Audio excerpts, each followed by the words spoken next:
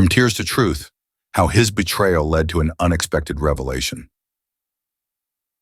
My boyfriend yelled and insulted me in front of his friend. After 1 year of cohabitation, the morning started like any other. The sun came up and its light sneaked into our apartment, making everything look warm and cozy. I stayed in bed a little longer, enjoying the quiet. Alex, my boyfriend, and I had been living together for a bit more than a year. We met back in college, and it didn't take long for us to start dating. He was fun, always making me laugh, and really sure of himself, which I liked. But Alex could also get pretty mad sometimes, especially when things didn't go his way. We had argued before, like most couples do, but we always made it right again afterward. Alex was a great guy, but when he got stressed, he could get pretty upset. I knew this about him and tried my best to understand. Today was a big day. Alex's old friend Mark was coming over. Alex had talked about Mark a lot. They had been best friends since they were kids. I was excited to finally meet him. I wanted to make our place feel welcoming for his visit. Our apartment was small but felt just right for us. We had pictures of our trips and fun times hanging up, making it feel like home. I was hoping Mark would feel comfortable here too. I spent the morning getting everything ready. I cooked and cleaned, hoping to make a good impression, but I noticed Alex was acting a bit off. He was quiet and didn't seem like himself. I thought maybe he was just nervous about seeing Mark again after so long, but deep down, I had this feeling that something wasn't right. I tried to ignore it, focusing on getting things ready, not knowing that the day was going to bring a lot more than just a friendly visit. It was going to be a day that would really test me and Alex in ways I never expected. Life with Alex before Mark's visit felt mostly smooth, like riding a bike on a flat road. Sure, there were bumps now and then, mostly because Alex could get really heated over small stuff, but we always found a way to get back to that smooth part of the road after each bump. The day Mark was supposed to come over started weird.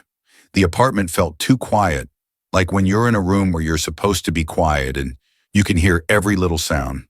Alex was quiet too, not his usual loud, cheerful self. I figured he was just nervous, or maybe excited to see Mark. They hadn't hung out in so long because Mark lived far away. Alex had told me a lot about Mark. They did everything together when they were younger. From what Alex said, I pictured Mark as a fun guy, always ready for an adventure.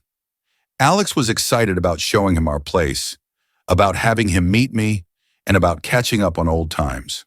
The morning Mark arrived, I tried to make everything perfect. I cleaned the house again, even though it was already clean. I made snacks and arranged them nicely on plates.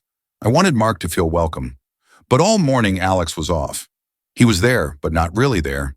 He was like a balloon that had lost some air. Not flat on the ground, but definitely not flying high. When Mark finally showed up, everything changed for a bit. Alex lit up like someone turned his switch back on. They hugged, laughed, and started talking a mile a minute. Mark was just like I imagined. Tall, always smiling, and full of energy. Seeing Alex happy made me happy too. We spent the day hanging out, talking and laughing. Well, they did most of the talking. I felt a bit like I was outside looking in.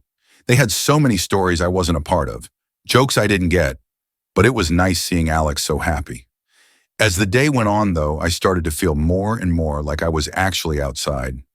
Alex and Mark got into some serious talking about old times, and sometimes Alex would look at me like he was checking if I was still there. I tried to join in, but it felt like throwing a pebble into a pond and not seeing any ripples. Then things started to feel tense. It wasn't anything big, just little things.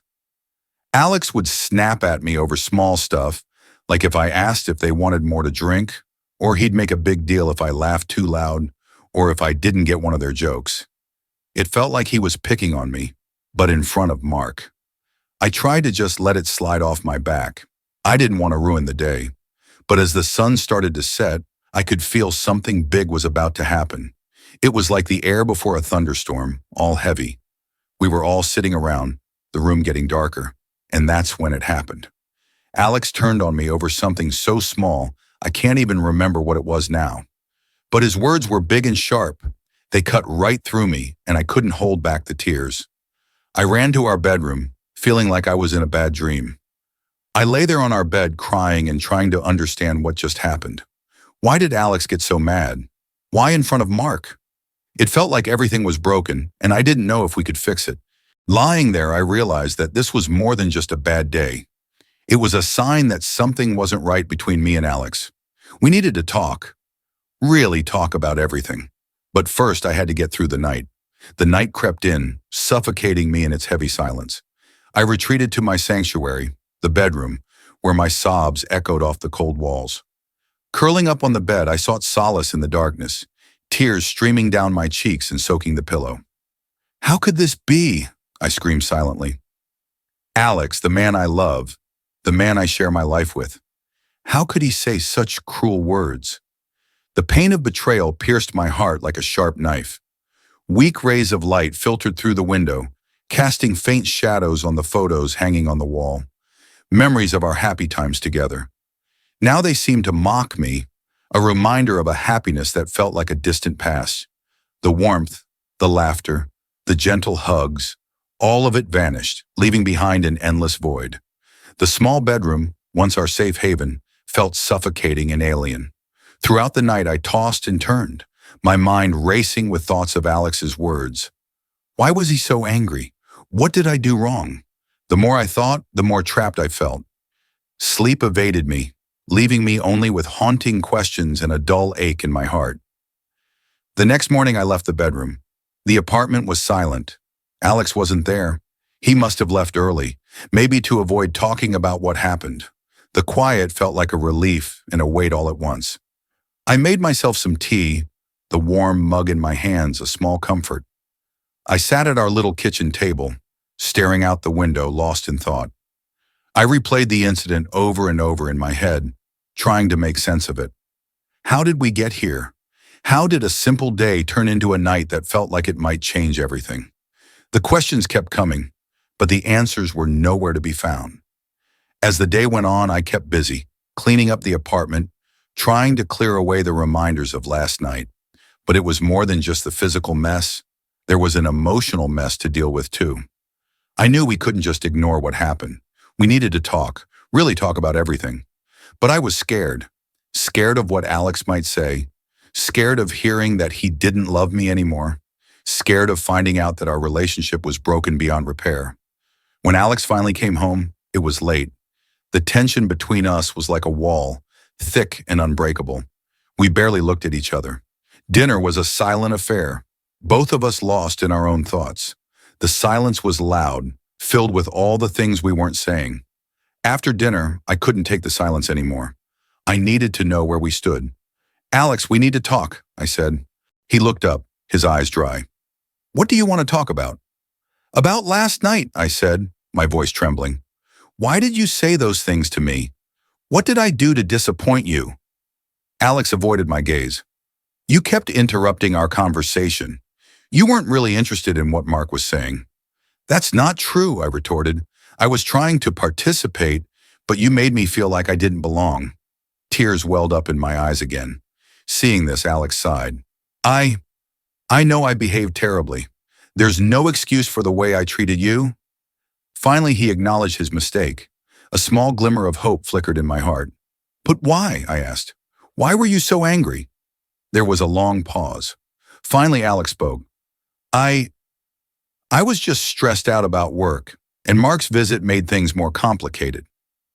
Alex's confession took me aback. "Stress?" I repeated. "Why didn't you tell me?" "I didn't want to worry you," he replied softly. A mix of sadness and disappointment washed over me. We had been living together for over a year, and yet Alex didn't feel comfortable sharing his problems with me. A sad and disappointed feeling filled me up, like a bad drink that left a yucky taste. We laughed so hard our sides hurt, cried on each other's shoulders during tough times, and built a future together piece by piece. But here at the kitchen table, the place where we'd had so many meals and shared secrets, there was a stranger sitting across from me. It hit me like someone punched me. Alex, the man I thought I knew, the one I told all my deepest secrets to, kept his troubles hidden away like a locked box I couldn't open. The key wasn't trust, because we trusted each other after all we'd been through. No, it was something else that was missing. He didn't feel okay being open with me, letting down his guard and showing me the worries that bothered him. Did he think I wouldn't understand? Did he doubt I could be his rock, his best friend, the one person who would always be there? That thought hurt even more. Here we were, supposed to be a team facing the world together, but he was fighting his battles all alone. This wasn't just about the fight, it was about the whole thing we had together. We were supposed to be partners, not roommates who lived together comfortably, but didn't really talk. The silence now felt loud, a constant reminder of the space that had grown between us. Tears welled up in my eyes, making it hard to see Alex across the table. This couldn't be the end. Taking a deep breath, I scooted my chair back a little. Alex, I started, my voice shaky but strong, we need to talk more. Not just about the fight, but about everything. I want to know what's going on with you, and I want you to know you're not alone in this. You don't have to carry this all by yourself. Looking back on everything that happened, it feels like we've walked through a storm and come out on the other side. A bit worn, but also stronger. That night, when Alex's words felt like knives and my tears wouldn't stop, I couldn't see a way forward. But now I see it as a turning point, a harsh lesson that taught us so much about love, about each other, and about ourselves. I learned that love isn't just about the good times. It's also about standing together when the sky falls down, about holding hands in the dark and finding our way back to each other. It's about speaking up when we're hurt and listening, really listening, when the other person is hurting too. We've learned to communicate better, to not let small things build up into big problems. We've learned that it's okay to be vulnerable, to show our true selves, because that's when we truly connect and heal. This experience has shown me the depth of our love. It's not fragile but resilient, capable of weathering storms and emerging stronger. I'm grateful for Alex, for his willingness to change and grow with me. Our journey hasn't been easy, but it's ours, and I wouldn't change it. As we move forward, I carry with me the lessons of that night. They remind me of what we've overcome and what we can achieve together. Our love is a living, breathing thing that grows and changes with us, and I'm excited to see where it takes us next. Will he continue to hold my hand? Only time will tell. Thank you for reading. If you haven't subscribed yet, please do so and hit the notification bell to stay updated with more shocking real-life stories happening around you.